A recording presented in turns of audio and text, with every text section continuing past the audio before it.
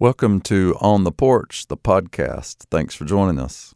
Robert Gipe is the author of 3 novels which make up a tremendous trilogy. They are Trampoline from 2015, Weed Eater from 2018, and Pop, which was just recently released. From 1997 to 2018, Robert Gipe directed the Southeast Kentucky Community and Technical College Appalachian Program in Harlan.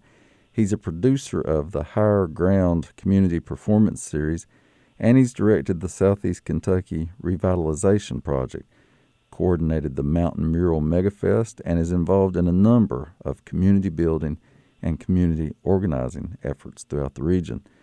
Robert grew up in Kingsport, Tennessee, but now lives in Harlan, Kentucky.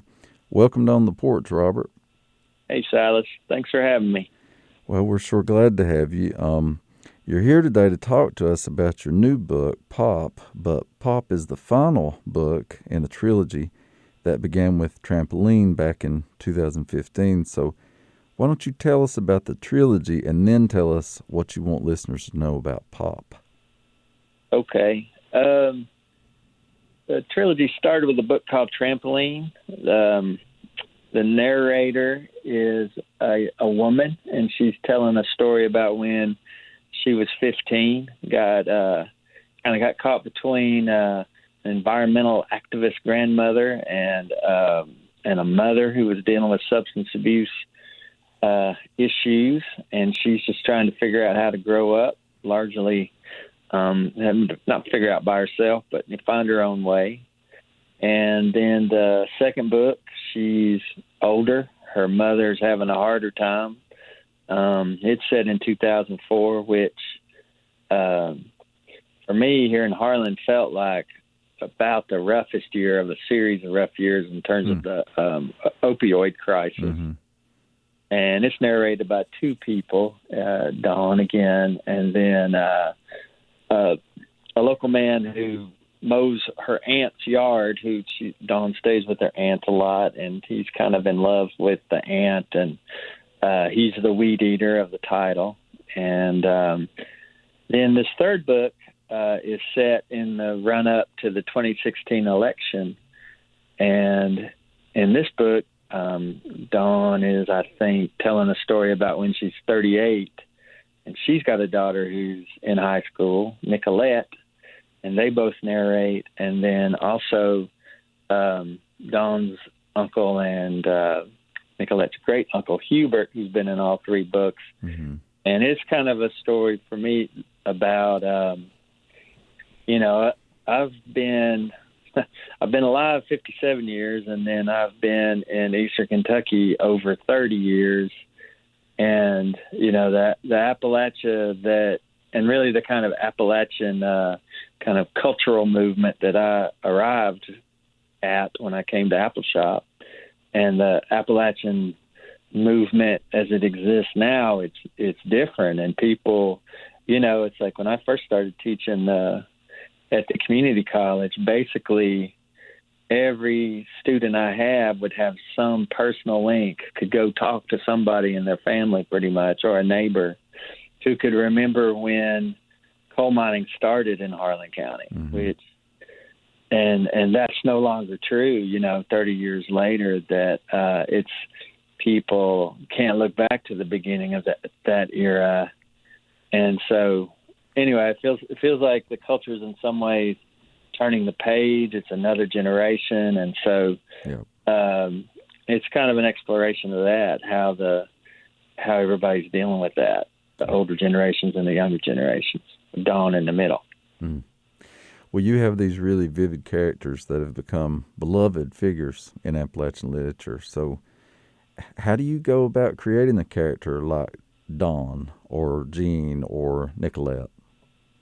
I was involved with theater in our community, a lot of oral history-based work.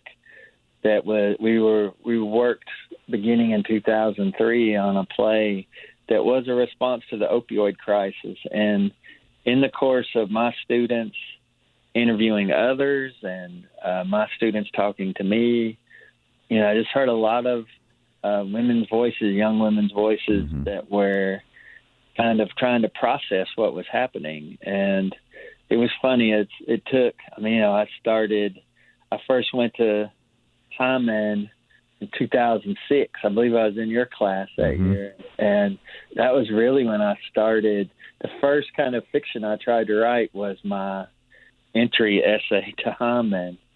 And then when Trampoline came out in 2015, so that was 9 years in the making. And in that time, I had several younger students that worked in our office that were kind of dawns of a kind. So by the time the book came out, it was so many. She was based on so many different people. She really did become her own person. Right. Yeah, I always, especially in Trampoline, to me, she's almost like there's a Huck Finn quality about her, that makes her so memorable. But all of your characters are, and one thing that makes them so memorable for me is the way that you capture the dialect of the place. And it's such a hard thing to do because if you don't do it just right, it can make your characters into caricatures, right? And it can become just hee-haw. So how do you strike that balance when you're writing dialect or, using the colloquial? I think a lot of it is, that they're embedded in action. They're in something's happening to them, or they're trying to get somewhere, or they're trying to do something. And, that they're not thinking about how they're talking. They're like, they've got too much going on in their lives and they're kind of in the community. They're just in places. I never thought of that before, but most of the situations in these books, they're among people that they are not particularly self-conscious around. And so, that it's that combination of knowing what they sound like and having a good, strong idea of, what words they do and don't use. And then it's kind of like the language that we know and hear every day, that kind of is in service to what's going on in the book. Yes. If that makes sense. Yeah, I think you're one of the best at capturing the way people talk in the region, and I often point students who are trying to write dialect to your books. Now, one thing that really makes your books unique is that they're illustrated, and you do those illustrations. They're not quite graphic novels, but they're also not just illustrations. The pictures are actual parts of the story. They're not just meant to be looked at offhandedly. So can you talk about that process just a little bit? I had about given up around 2010, 2011, and I couldn't get the rules right. And so I started making little zines, little 16-page chapters. And I thought, well, if I'm going to just do this for myself, I'm going to do it the way I want to. And then that's when the drawings came in. So that was part of it. And then the other part was that I was very interested in first-person narration, and I love the idea that the drawings could reinforce the fact that this was a person speaking to you. And it was kind of like the drawings served as kind of a middle place between the page and, like a film or documentary or something where you're seeing somebody talking. But it did reinforce that idea. And also, I just, I love doing the drawings. That's a big part of my identity. And so there they were. Yeah, I have some of those zines that I bought on that back table over at Hyman Settlement School. It also gives the books just such a cinematic quality. And I mean, I know that you're somebody that really appreciates cinema. So I'm wondering if, when you're writing, are you sort of seeing what you're writing like a movie in your head? Do you think about it that way? I definitely wanted something to be, this is another thing about the drawings. I wanted them to be relatively accessible to my community college students. And so, I wanted a lot of trampoline especially, I want a lot of car chases, a lot of kind of mayhem that would make action scenes so that, it would kind of propel you. And really that kind of language of TV and movies in terms of tropes and stuff. A teacher that I spent the most time with, Darnell Arnault, she always taught us to just generate scenes, scene after scene after scene, which also pretty cinematic approach to writing. So. Yeah. Well, I'd love for our listeners to hear you read a little bit from Pops. Before we came on the air, I asked you to pick a couple of sections. So do you have one of those handy right now? I sure do. Are you ready? Yep, read it for us. Okay. All right, so this one's Hubert, and it's Chapter 9, Tildy Packs a Knife. I brought my nephew Prestone with me to go to Tennessee to get the washer dryer. He's a good boy, heart of gold, talks all the time, which makes him good to travel with, saves you wear and tear on your radio. He talked about monster movies one time, the whole time we was in the store getting my friend Tildy chicken feed. Tildy lived on the way out of town in a place off by itself in Shifter's Mill. When we got to Tildy, she was in the garden across the road from her house, her long gray ponytail resting against her back. She had on a blue hoodie and loose blue pants, was on her hands and knees in the wet ground. When I pulled onto the gravels in front of her camp house, she looked up and smiled. Tildy was my age. I'd known her since we were little. Tildy was from Bowtie. We used to play together. Kids treated Tildy rough, so she didn't do like they expected. It wasn't no better at home, so at age 12, Tildy went to live with an aunt out in the mountains in Knott County. I didn't see Tildy after that, didn't expect to ever see her again. And then one night in the summer of 2014, I was in my friend Mary Beth's bar in Lexington. Got to talking to this woman, and it was Tildy. I didn't recognize her. She was having a rough patch, been sick, couldn't seem to find her place. I told her there was room on Longridge for her, and she came and lived with us for a while, but then got her own place. Me and Tildy got close, and now we're thick as thieves. Since I got with her, my life got better. She got me to sell the store, not be such an outlaw, and get my Social Security and disability. Prestone followed me in his socks and winter flip-flops, and I got the chicken feed out of the truck, took it to Tildy's shed building. A rooster crowed, and chicken scrambled this way and that. And we followed Tildy in the house by the back door. She took out a bag of little Reese cups, all in their golden foil, and scattered a handful on the kitchen table like she's feeding chickens. And Tildy said, "Can I fix you a bowl of soup?" And we sat down, and Tildy dipped us each out a ladle of vegetable soup and set the bowls in front of us. I asked her what she's doing out there. I knew. I just wanted to hear her say. She said, "Planting my peas," and she got out her George Foreman and made us a grilled cheese. She said, "When them movie people coming?" I said, kind of gruff, I guess. I don't know. She said, "Why are you so sold up?" And she wiped her dripping hands on a towel, had a picture of a hand-cranked coffee grinder on it. I said, "My ungodly burdens." And Tildy said, "Maybe you ain't packing them right." And I supped my soup straight from the bowl, said, "Maybe I ain't." And Tildy unwrapped a Reese cup, handed it to me, and she washed and stacked collard greens like they were cash money, straightened the stack like a bank teller doing her count. And then she sliced them into ribbons. And I got up and kissed Tildy on top of her head, and she smelled of pretty soap and tobacco and sweat. And when we were outside, I said, "Prestone, check to see the chicken water ain't froze." And I got a few handful of feed and spread it about a dry spot near the coop, put some in the feeder. Screen door slap, and Tildy headed back to the garden. She said, walking, "You don't seem in no hurry to get to Tennessee."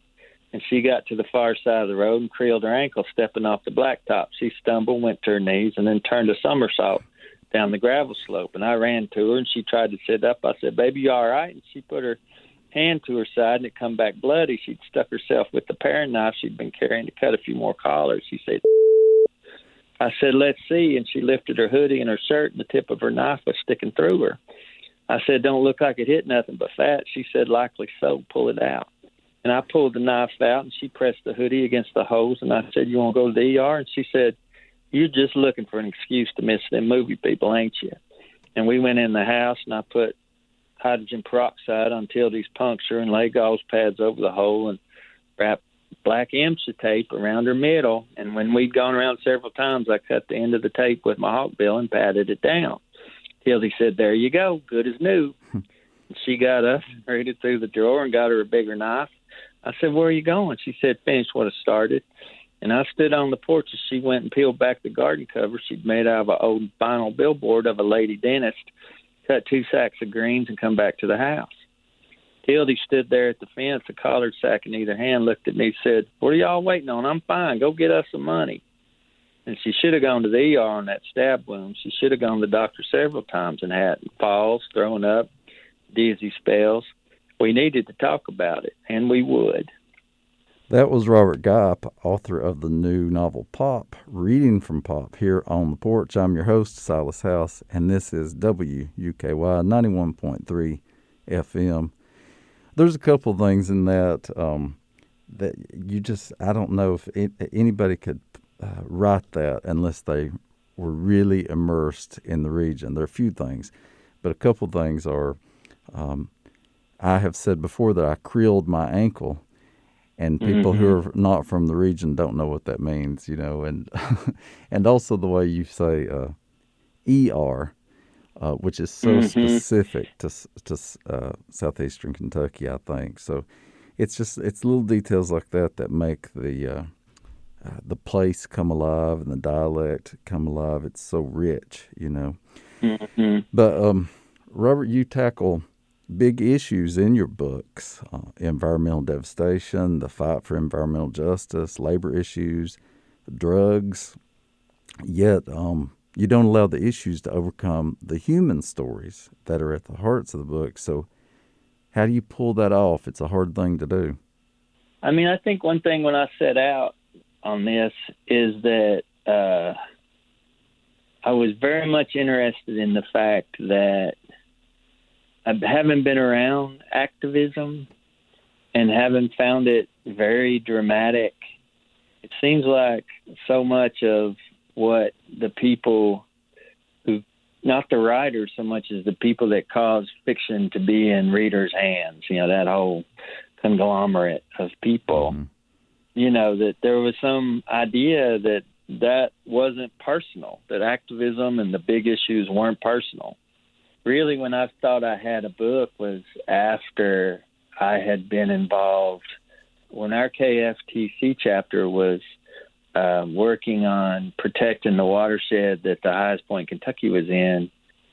We met every week for a year, and that was a real experience. That was an experience. And, when OxyContin hit, that was like, that first lesson that you get taught about plot is, get you a good character and then put them up in a tree they can't get out of, and then set the tree on fire. Right.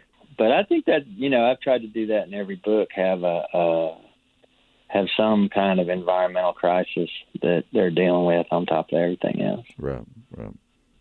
You have great eclectic taste in music, so I'd be remiss to not ask you what songs or artists were important to the writing of Pop. Well, do you do this? I always have kind of a playlist that's my novel playlist. It's kind of and so I think I had like 3 hours of music. Yeah. I put this in my acknowledgments when I was thanking people, but that Nicolette, Don's daughter's favorite band, is the Local Honeys. Yeah. And then Don really went crazy for Slut Pill. Are you familiar with them? Yeah, they're a lot of fun. Yeah. Yeah, they're a punk rock band that was based in Whitesburg, and I thought their first album was one of the best. It's one of my favorites, especially punk rock albums that's come out in a long time. Me too. And let's see who else was on that soundtrack. Ola Belle Reed. I got real into Ola Belle Reed while writing this. And then another guy I love that Montana and Linda Jean from the Local Honeys put me on to is Darren Hacquard, who is kind of in that musical circle and put out, I think, just a stunning record that Signs and Wonders, I think it is. Well, what are the last couple of books you read that you'd like to recommend? It's been a big season for our buddies. I feel for them because they haven't got to do their tours. But Wes Brown, you had him on the show, didn't you? Wasn't he? Yes. Hillbilly Hustle. Very recent, yep. Yeah. I was completely knocked out by Every Bone of Prayer. I think it is great. By Ashley Blooms. Of course, Leah Hampton had her book come out. There's Fastarka Face, we call it. I loved that Secret Lives of Church Ladies. Yes. By Deisha Filia. And I tell you, I've really been crazy about. I've read a lot of Keys A. Lehman, mostly essays and stuff, but I did heavy in like a day, and then a lot of his commentary on what's going on is amazing. And then Amelia, my partner, got me for Christmas the Indigenous Peoples' History of the United States, which I really would recommend, by Roxanne Dunbar Ortiz. It's a history of the United States, but through indigenous eyes. Right. So it's kind of looking east instead of looking west. But those are all great recommendations. I hope our readers will look for, but I especially hope they'll look for Pop. It'll be available wherever fine books are sold. So thank you so much for being here with us today, Robert. No problem. Glad to do it. Thanks for being there. And thanks to all of you for listening. To close us down, here's one of the songs that Robert Gipe listened to while writing Pop, his new novel. Here's the Local Honeys doing We Shall All Be Reunited. Until next time, be good to one another. Thanks for listening to the podcast of On the Porch. I'm your host, Silas House. This episode was engineered and produced by DeBron Thomas at the studios of WUKY 91.3 FM in Lexington, Kentucky. We are listener-supported radio, and we thank you for joining us.